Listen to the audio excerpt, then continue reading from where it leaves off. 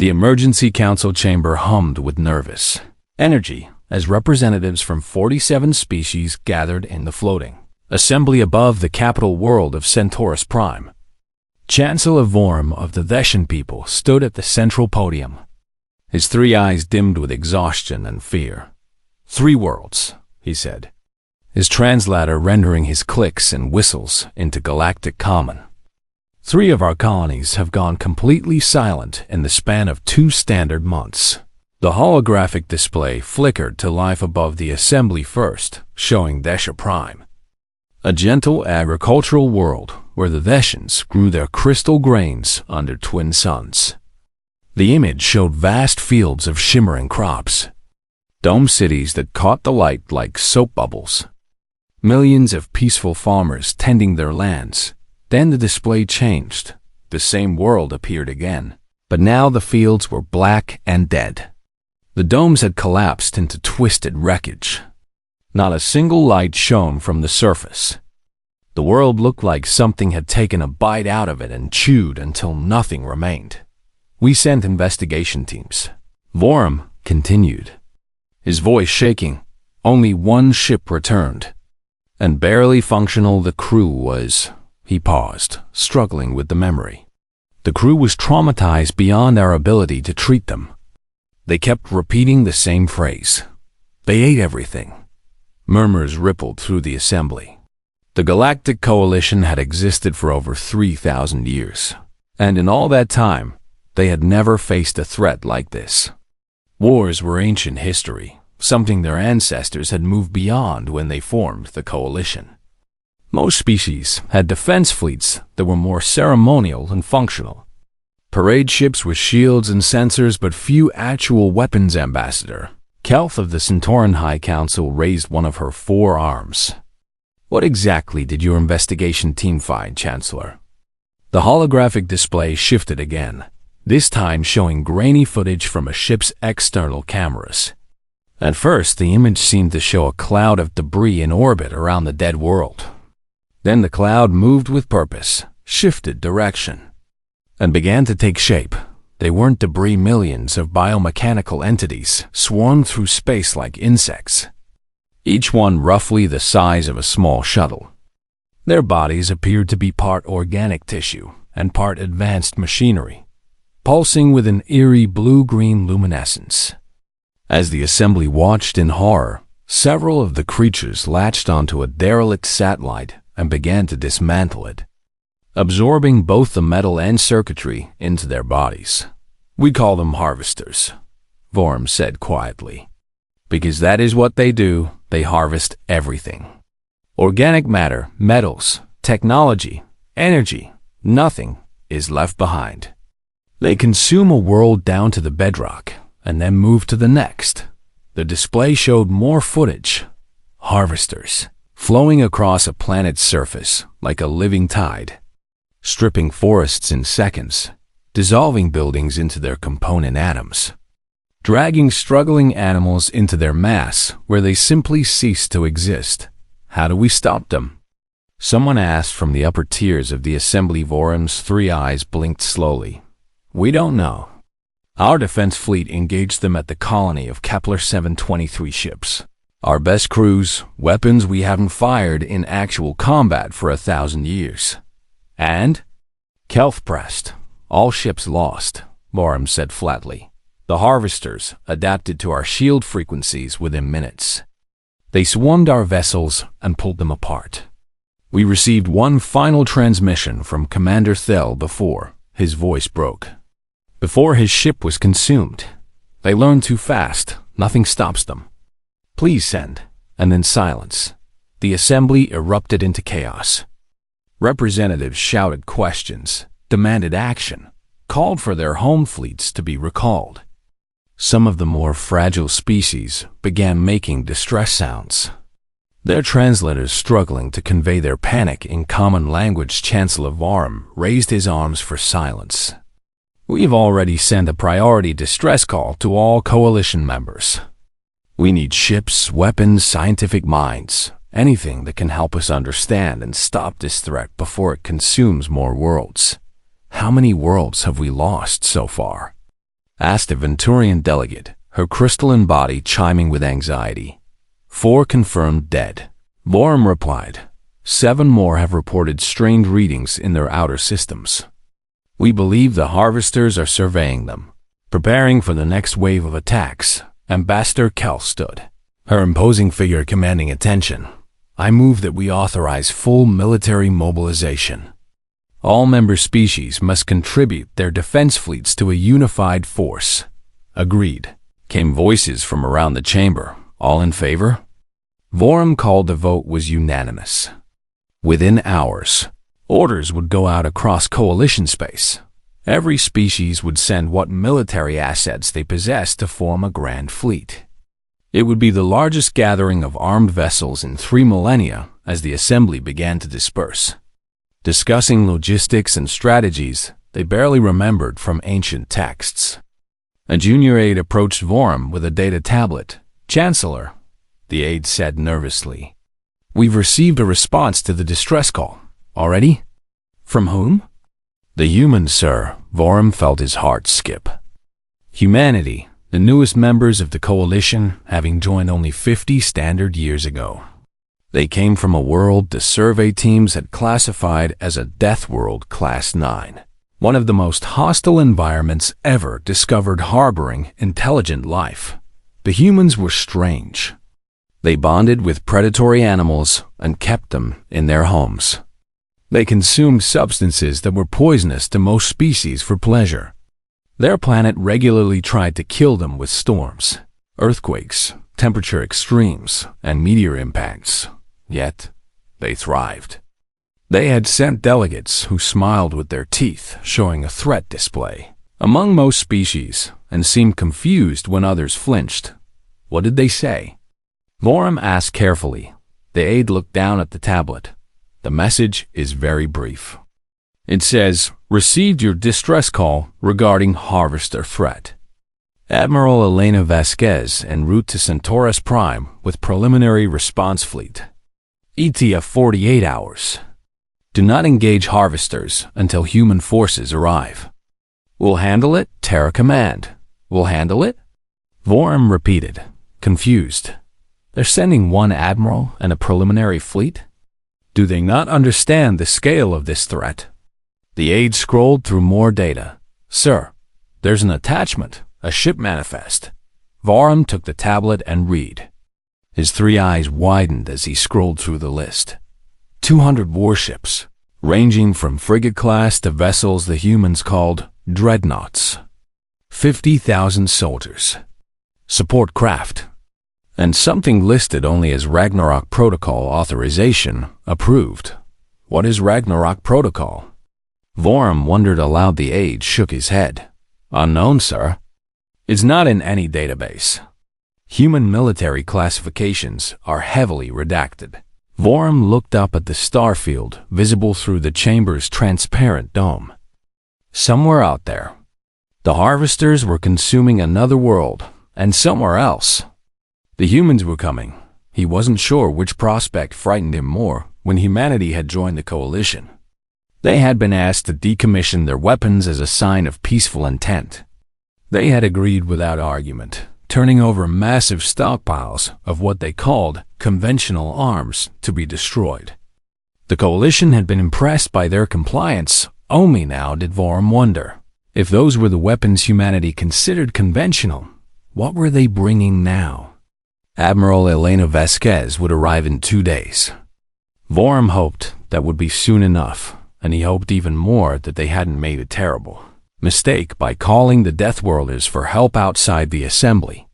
In the black of space, a single harvester scout drifted past the orbital defense platforms, absorbing their sensor data, learning their weaknesses.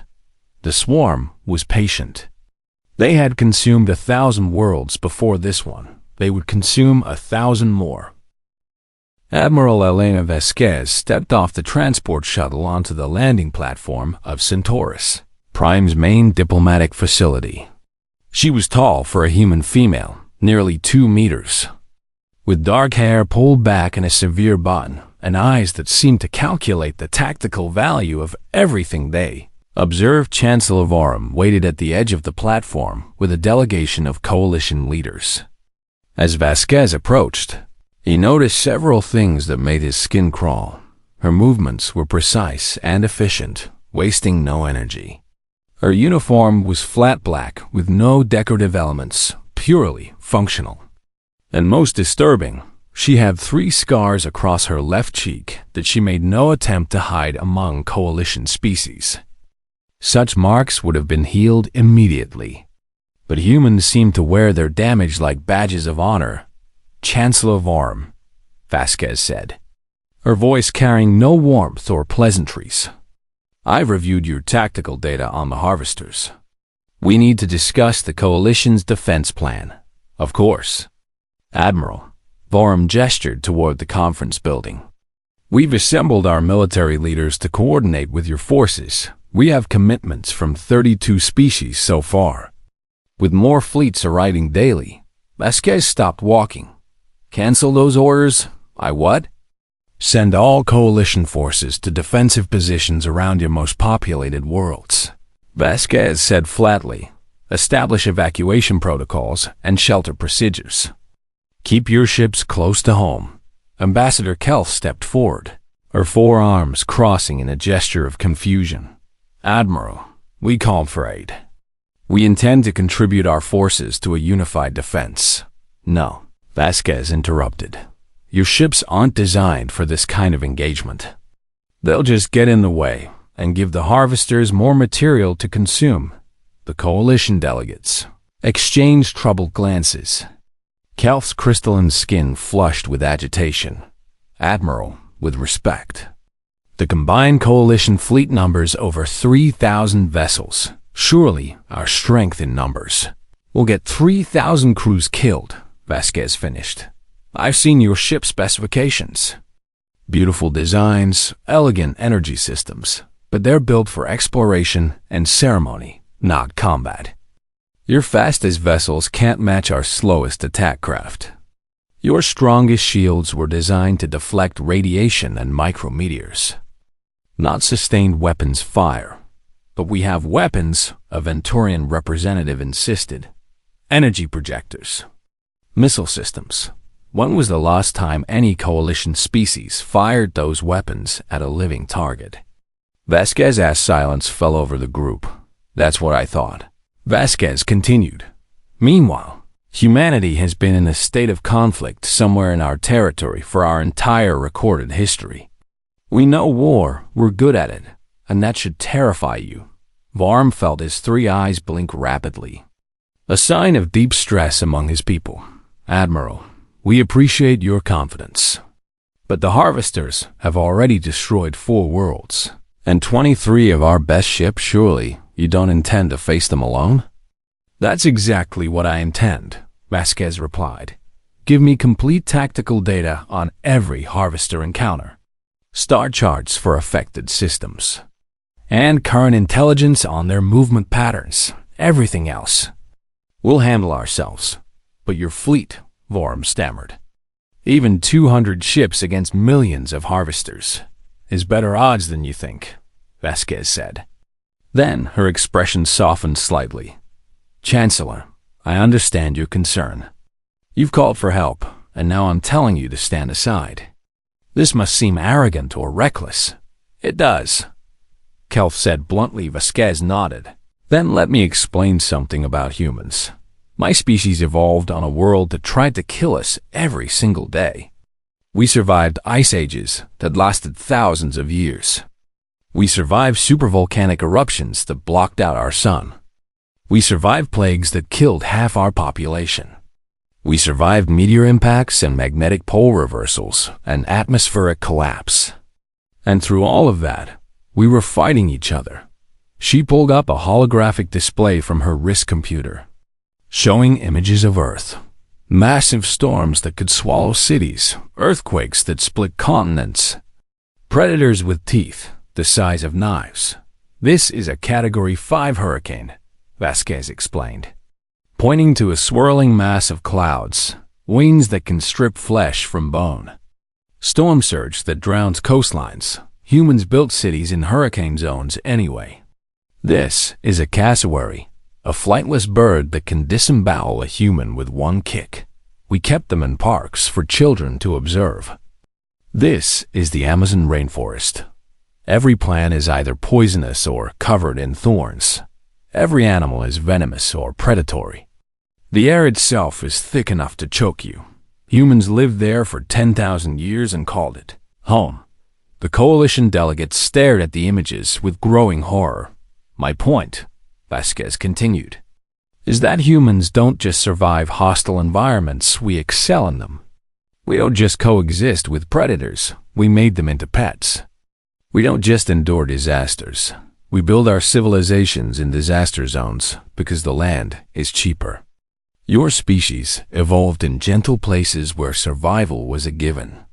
Humanity evolved in a place where survival was an achievement. But what does this have to do with the harvesters? Vorum asked. Everything, Vasquez said sharply. You see the harvesters as an overwhelming force, an existential threat.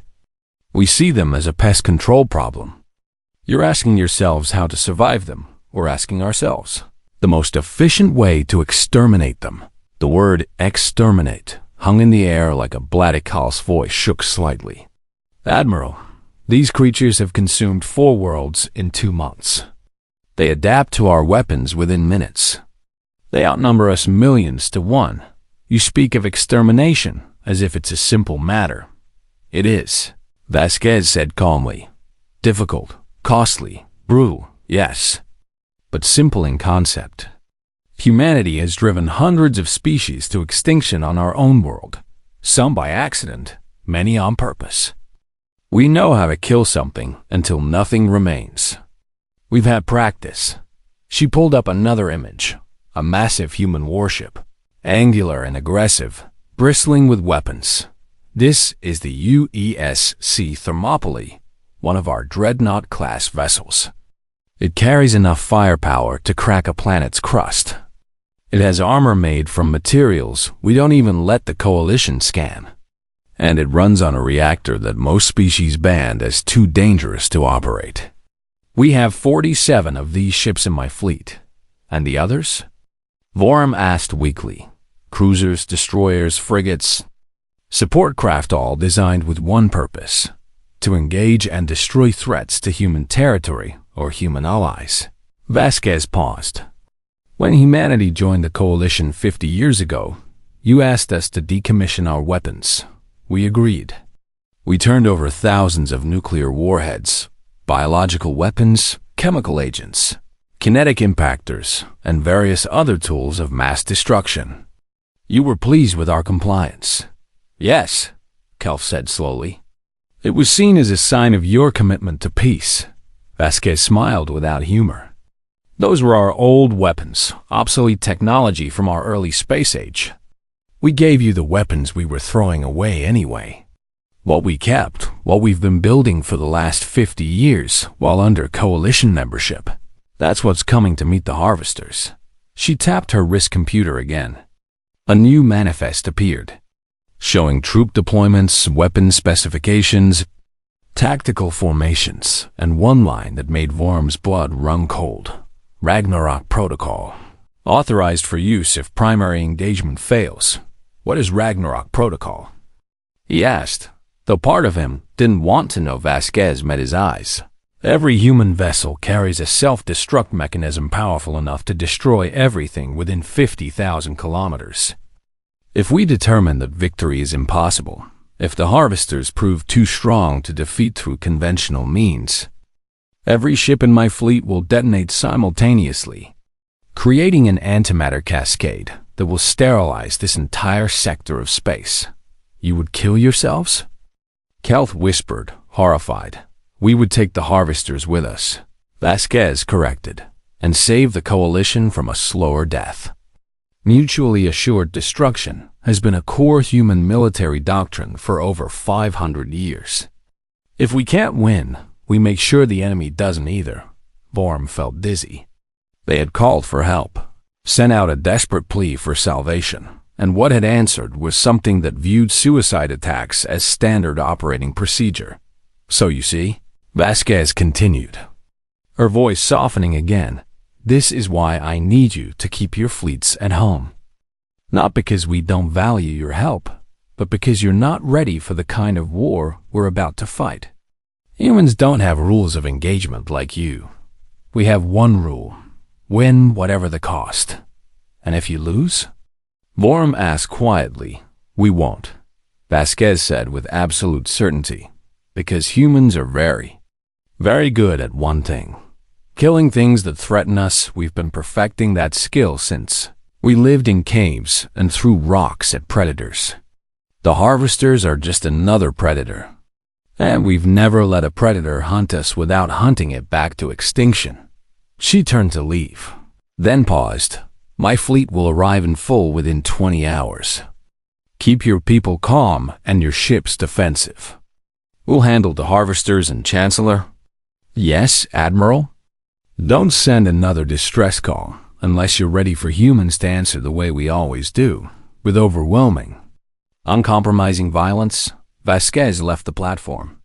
Her boots echoing on the metal deck, the coalition leaders stood in stunned silence. Finally, Kelf spoke, her voice barely audible. What have we summoned?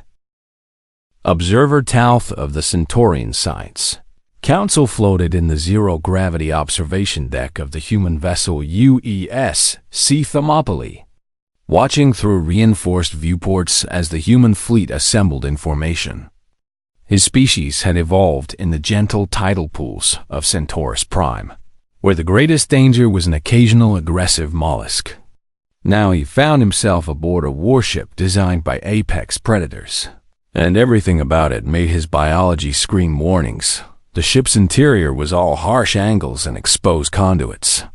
Where coalition vessels were designed for comfort and aesthetics, human ships were designed for redundancy and survival.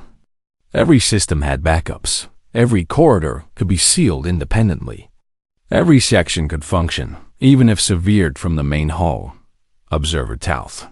A voice said from behind him. He turned to see Captain James Chun, the Thermopylae's commanding officer. A compact human male with gray hair and eyes that had seen too much combat. Captain, Talth said through his translator, your fleet is impressive. I confess I did not expect such precise coordination. Chun smiled slightly. We've had practice. Observer, you're here to document human military doctrine for the Coalition Council, correct? That is my assignment, yes.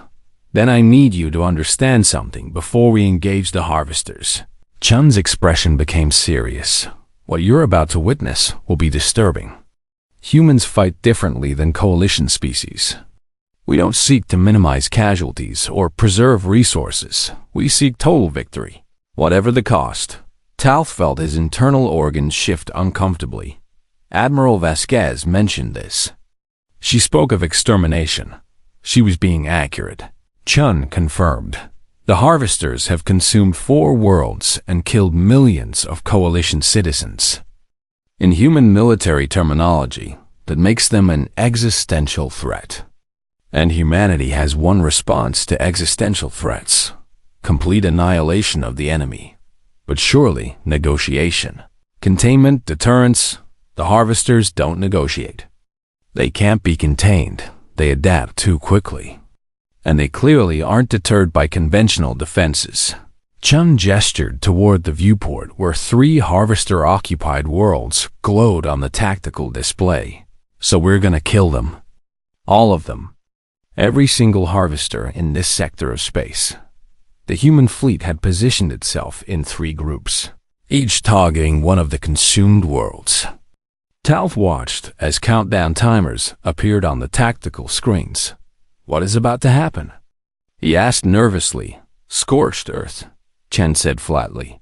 A human tactical doctrine dating back thousands of years. If you can't take territory intact, you destroy it utterly so the enemy gains no advantage from holding it. But those are entire planets that are already dead. Chun interrupted. The harvesters stripped them of all life. What remains is biomechanical infrastructure and harvester nests. We're going to sterilize those worlds, eliminate every trace of harvester presence. The countdown reached 0. What Talth witnessed in the next 17 minutes would haunt him for the rest of his life. The human fleet opened fire simultaneously across all 3 target zones. But these weren't precision strikes or tactical bombardments. This was systematic. Obliteration orbital railguns launched tungsten rods at relativistic speeds, each impact releasing more energy than a nuclear weapon. The rods punched through planetary crusts and detonated deep underground, triggering artificial earthquakes that shattered harvester nest structures. Atmospheric incendiaries followed, chemical weapons that ignited the air itself, creating firestorms that reached temperatures hot enough to melt rock. The flames consumed everything organic, turning harvester biomatter into ash. Then came the biological weapons engineered viruses designed specifically to attack harvester cellular structures. Talth watched in horror as harvester swarms in orbit began to convulse and die, their biomechanical systems failing as the virus ate through their organic components. Talth couldn't find words in his language or in galactic common genocide. Chun finished calmly. Yes, that's exactly what it is. Humanity has committed genocide before, against our own subspecies, against animals on our world, against anything we deemed a threat. We're not proud of it, but we're very good at it. The 3 worlds burned. Harvester vessels that tried to escape were hunted down by human fighter craft and destroyed. Those that tried to fight back were met with overwhelming firepower. Those that tried to adapt found that humans had anticipated every possible adaptation and had countermeasures ready within 2 hours. 3 worlds had been rendered completely sterile. No life, no harvester presence. Nothing but radioactive cinders orbiting their sunstone. Felt sick. How can you be so calm about this? Chen's expression darkened. Because I've done worse, observer. During the Martian Rebellion, I commanded a strike force that bombarded civilian population centers. I watched 18,000 human colonists die because they followed a charismatic leader who wanted independence. I gave the order that killed them. That was humans fighting humans. You think I'll lose sleep over killing something that eats entire species? Before Talth could respond, alarms shrieked throughout the ship. Contact. The tactical officer shouted. Harvester swarm inbound massive formation. Estimate 200,000 units. Chun moved to his command chair. All hands battle stations. Activate combat protocols. The harvester swarm appeared on the displays like a dark cloud, blotting out the stars. They moved with terrifying coordination, surrounding the human fleet from multiple vector stealth. Watched as the number on the tactical screen kept climbing.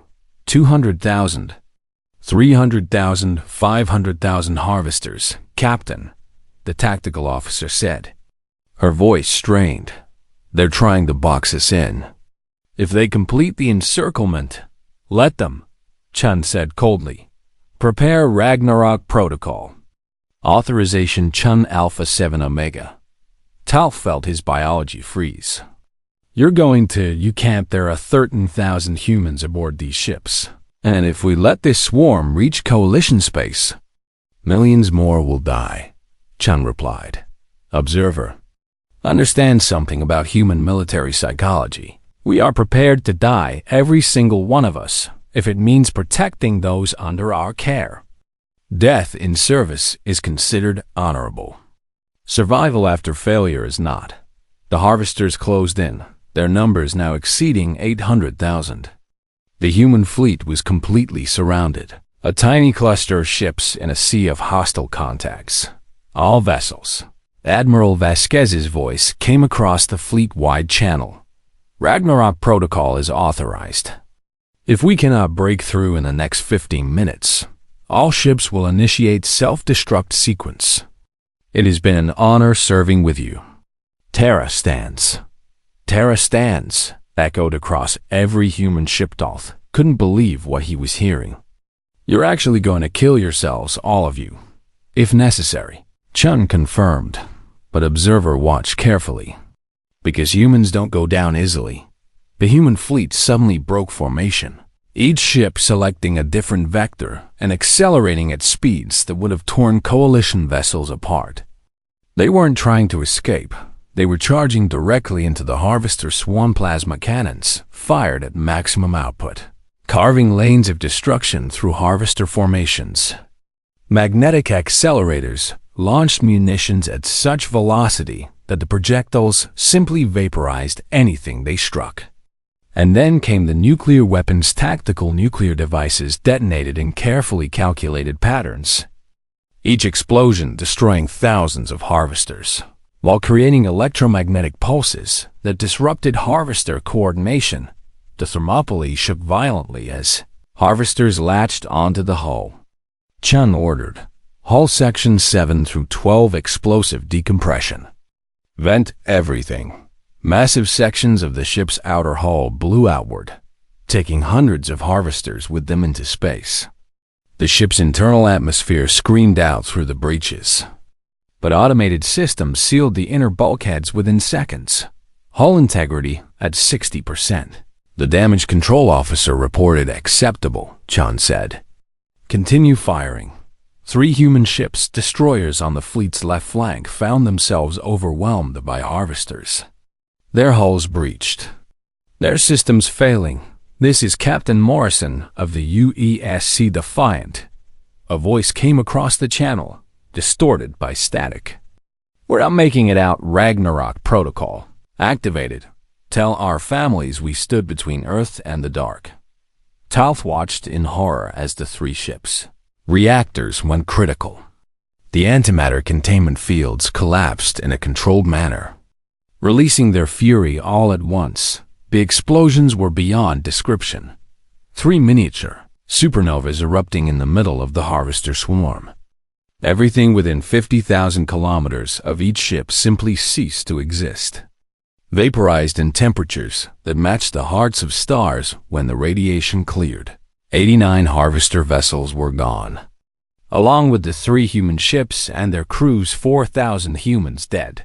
The fleet channel was silent for 3 seconds. Then Admiral Vasquez's voice returned, calm and cold.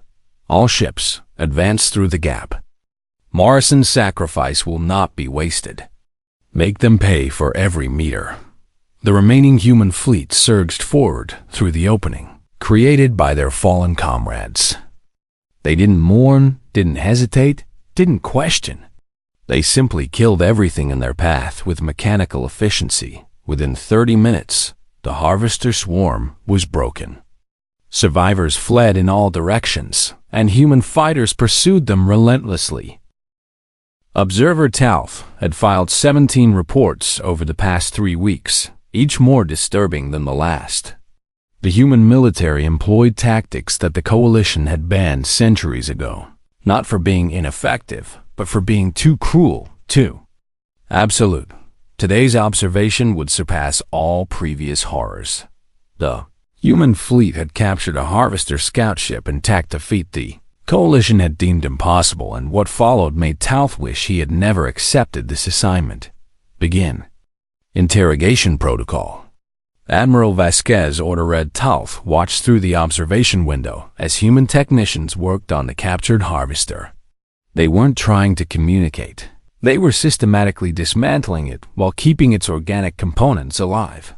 This is torture, Talth said to Vasquez, his translator barely able to convey his revulsion. This is intelligence gathering, Vasquez replied without emotion. The harvester has consumed thousands of sentient beings. I have no moral qualms about causing it discomfort. To save millions more, the harvester's biomechanical body spasmed as human technicians severed neural connections one by one, recording how the creature's remaining systems compensated.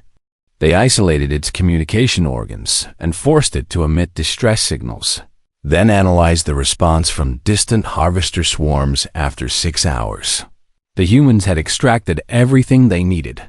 Destroy it, Vasquez ordered, and a technician incinerated the harvester without ceremony. You're monsters, Talth whispered. Yes, Vasquez agreed. but we're the monsters fighting on your side. You might want to remember that distinction. The intelligence. Gathered from torturing 17 captured, Harvester's Talth had stopped watching after the third revealed something critical. The swarms were coordinated by a central intelligence, what humans called the Prime Nexus. The Nexus was located in deep space between star systems, a massive bioship the size of a small moon. It directed all Harvester operations across the sector, processed their collective intelligence, and spawned new swarms. We're going to kill it. Vasquez announced to the Coalition Council during an emergency transmission. Chancellor Varm's 3 eyes blinked rapidly. Admiral, our calculations suggest the Nexus is protected by 3.7 million Harvester units. Even your fleet cannot win through conventional assault. Vasquez finished, which is why we're not going to fight them. We're going to go through them. That's suicide, Ambassador Kelth protested. No, Vasquez corrected. Suicide implies death without purpose. This is a calculated risk with acceptable casualties. Human military history is built on charges into overwhelming odds. Thermopylae, the Alamo, the siege of Tannhauser Station. We lose the battle but achieve the objective. What objective is worth sacrificing your entire fleet? Vorum asked desperately. Killing the Nexus, Vasquez said simply. Cut off the head and the body. Dies. Destroy the Nexus, and every Harvester swarm in this sector becomes uncoordinated. Vulnerable, ultimately self-destructive. You save not just 4 worlds, but potentially hundreds. The Coalition Council voted to forbid the assault. It was unanimous except for humanity's single vote. Vasquez listened to the vote, then said, Noted. Humanity will proceed regardless. Earth recognizes coalition authority in peacetime. This is not peacetime. She cut the transmission 20 hours later. The human fleet jumped into the Nexus system. Talth watched from the Thermopylae as the tactical display populated with hostile contacts. There were so many Harvesters that the display struggled to render them individually, eventually showing them as a probability cloud of red. Dear gods. Talth breathed. Gods won't help us here, Captain Chun said grimly, but superior human spite might. Observer, you asked me once why humans fight with such intensity. This is why. Because when we commit to something, we see it through to the end. Whatever the cost, the human fleet broadcast on all frequencies. Instead of military communications, they played recordings from Earth. Nature documentaries showing apex predators hunting prey, footage of natural disasters, historical battles, nuclear detonations, volcanic eruptions, meteor impacts, and over it all, Admiral Vasquez's voice. This is what made us. This is what forged humanity. This is why you chose the wrong species to consume. You picked a fight with the only species that turns conflict into culture. War into art, and genocide into Tuesday. You wanted to harvest? Come harvest, Deathworlders? The Harvester swarm responded with rage, surging toward the human fleet in a tide of biomechanical fury. All ships, Vasquez ordered. Formation Delta 9. Spearhead configuration. We're not stopping for anything. The human fleet didn't spread out or use tactical positioning. They formed a wedge, pointed directly at the Nexus, and accelerated to maximum combat speed. The first wave of Harvesters crashed against the fleet's forward shields. Human ships shuddered but held course. Point defense systems fired continuously, creating a web of destruction around each vessel. But it wasn't enough. The Harvesters kept coming. Hull breaches on decks 9 through 15. Damage control reported on the Thermopylae. Seal those sections and vent atmosphere. Chun ordered. Do not slow down. Talth watched as entire sections of the ship were sacrificed, blown out into space, along with any crew members who hadn't reached safety in time. The tactical display showed human casualties mounting. 50 dead, 100. Stop watching the casualty count, Chun said to Talth. Watch the distance to target instead. The Nexus loomed ahead, a grotesque mass of organic tissue and crystalline technology. It pulsed with eerie light, and Talf could see smaller harvesters being birthed from its surface, adding to the swarm. Even as the humans fought through, 3 more human ships were overwhelmed, their hulls torn apart. But instead of activating Ragnarok Protocol, their crews ejected in escape pods that were heading directly toward the Nexus at high velocity. What are they? Talf began. The first pod reached the Nexus's outer membrane and detonated. Then the second and third. Each escape pod was a disguised missile, piloted by crew members who chose to become weapons rather than retreat.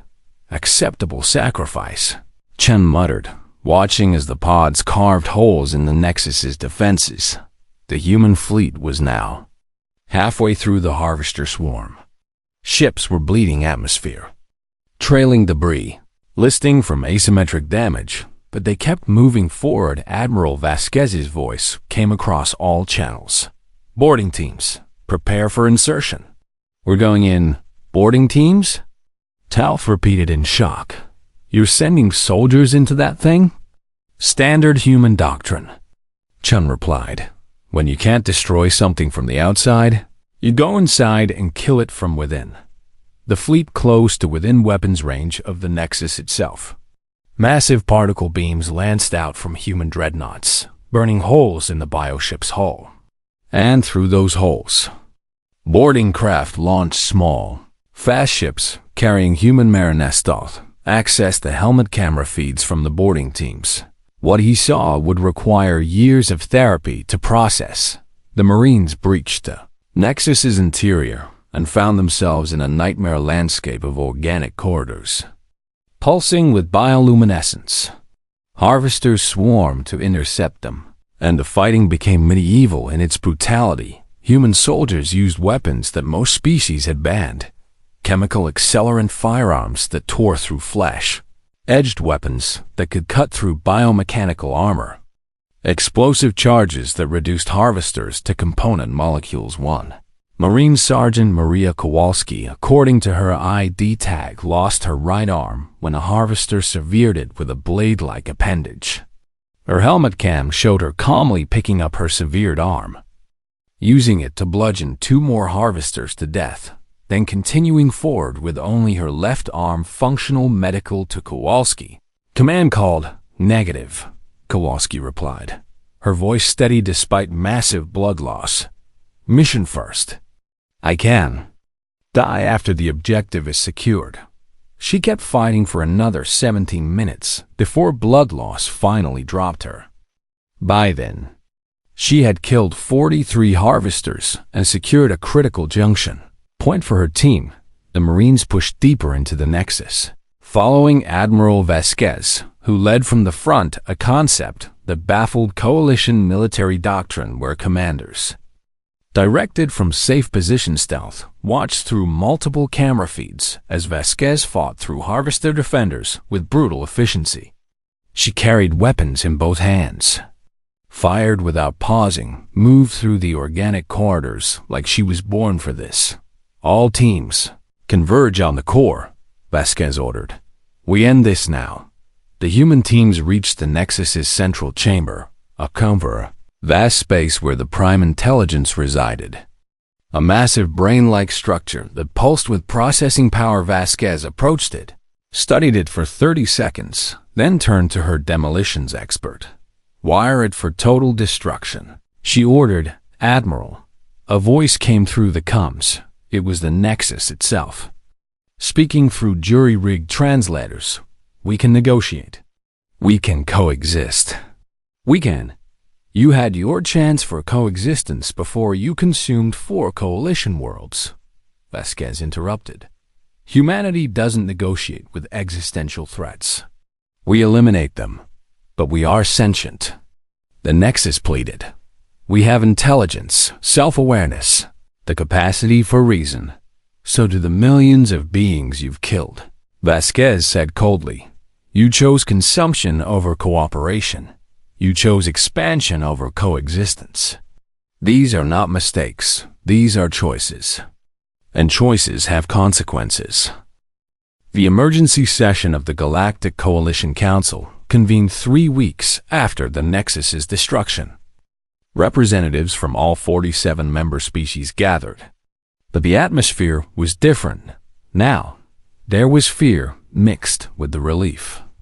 Suspicion alongside gratitude. Chancellor Vorum stood at the central podium. His 3 eyes focused on Admiral Elena Vasquez, who sat in the human delegation section with the same cold composure she had maintained throughout the entire crisis. Admiral Vasquez, Vorum began carefully. The Coalition wishes to formally acknowledge humanity's decisive action against the Harvester threat. Your species sacrificed 47 vessels and over 15,000 personnel to eliminate an existential danger to our civilization. Polite applause rippled through the chamber. But it was muted, uncertain. However, Vorum continued, and the chamber fell silent.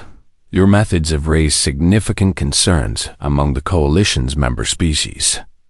We must address the use of prohibited weapons, the interrogation of captured harvesters, and the general conduct of human military forces.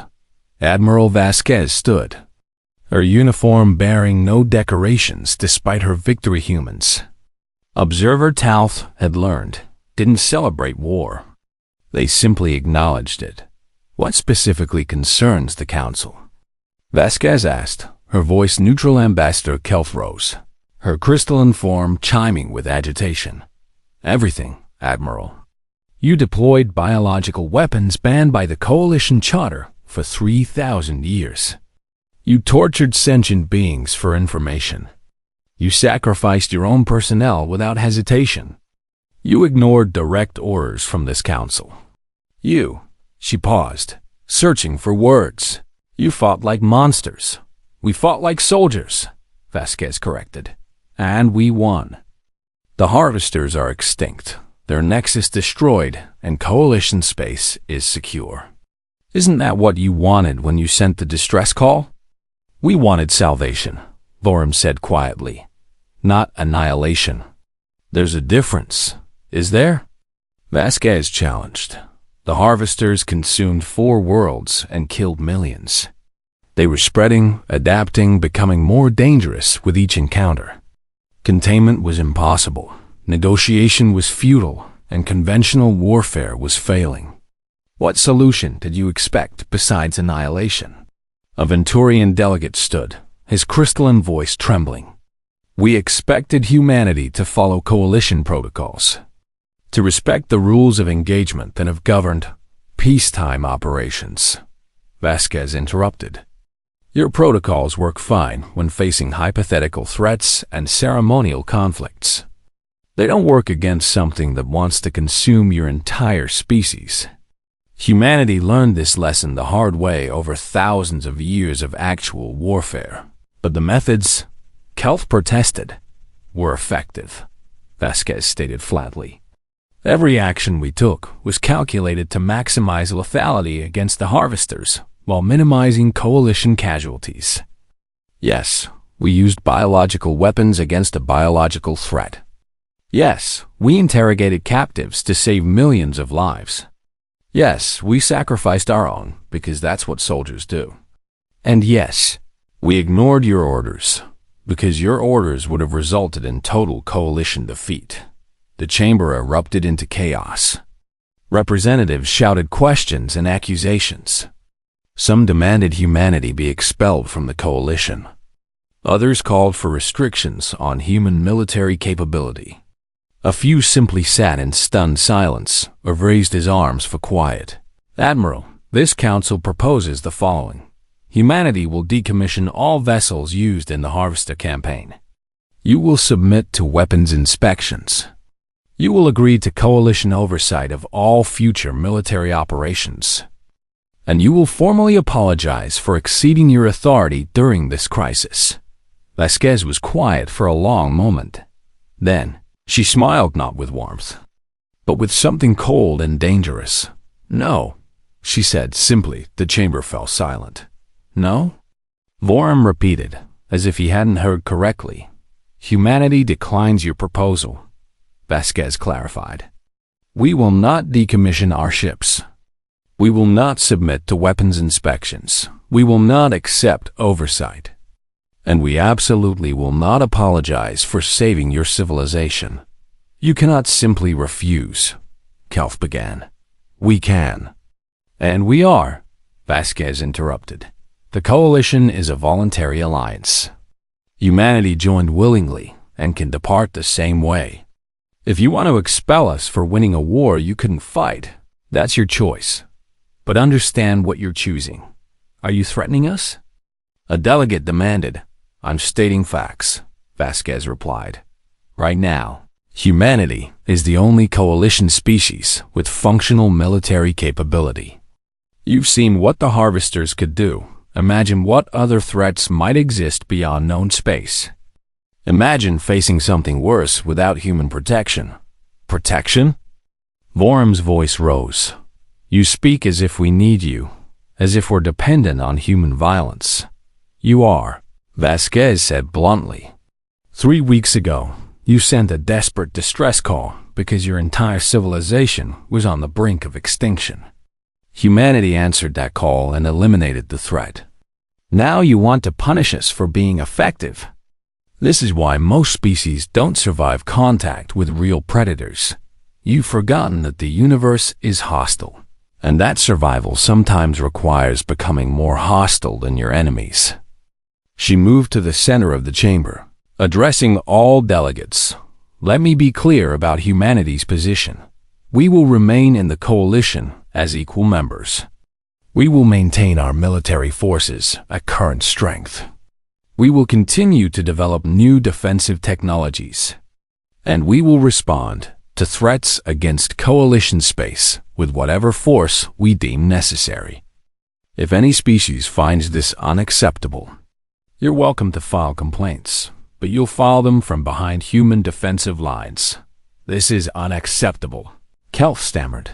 Then leave the coalition, Vasquez suggested. Return to your home systems, manage your own defense. Face the next existential threat alone.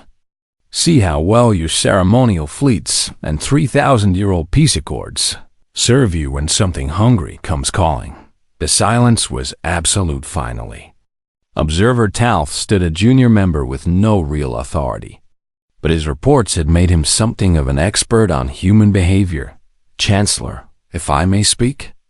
Vorum nodded tiredly. I have spent 3 weeks observing human military operations. Talth began, his voice shaking. I have witnessed things that violated every ethical standard I was raised to uphold. I watched humans torture captives, sacrifice their own soldiers, destroy entire worlds, and kill without hesitation or remorse. Vasquez watched him with those cold, calculating eyes, but Talth continued. I also watched them stand between the coalition and annihilation. I watched them charge into odds that should have been impossible. I watched them die so that we could live. And I realized something. We call them monsters, but monsters are exactly what we needed. He turned to the assembled delegates. The Admiral is right. We've forgotten what survival costs. We've lived in peace for so long that we've lost the ability to recognize when peace is impossible. The harvesters didn't want negotiation or coexistence. They wanted consumption, and only humanity remembered how to respond to that kind of threat. So, what do you suggest? Vorum asked. We accept humanity's terms. Talth said firmly. We acknowledge that our survival depends on their protection. We learn from them. And most importantly, we never send another distress call unless we're prepared for them to answer exactly as they did this time, with overwhelming, uncompromising absolute force.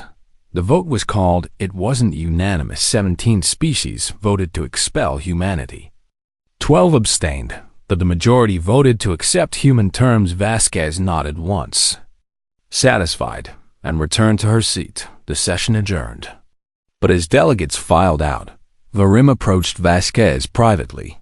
Admiral, I need to inform you of something. Our deep space monitoring stations detected an anomaly 2 days ago. Vasquez's expression sharpened. What kind of anomaly? Vorum pulled up a holographic display showing sensor data. Energy signatures consistent with Harvester biotechnology, but different, more advanced. Our analysts believe, he paused, reluctant to continue, say it. Vasquez ordered. We believe the Harvesters we fought were only a scouting force, Vorum said quietly. The main swarm is still out there, in dark space between galaxies. Based on the signal strength, they're massive billions of units, perhaps trillions. When will they arrive? 50 years, maybe less.